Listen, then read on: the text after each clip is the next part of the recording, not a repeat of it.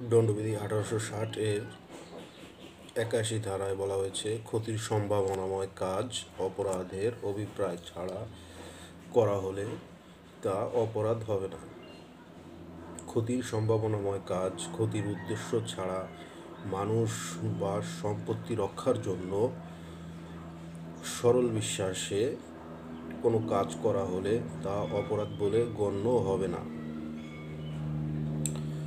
যেমন একটি বস্তিতে প্রচণ্ড আগুন লাগার পর রহিম মানুষের জীবন ও সম্পত্তি রক্ষার জন্য সরল বিশ্বাসে 2টি বাড়ি ভেঙে দেয়, যেন আগুন চারিদিকে ছড়িয়ে সবগুলি বাড়ি পুড়ে না যায়।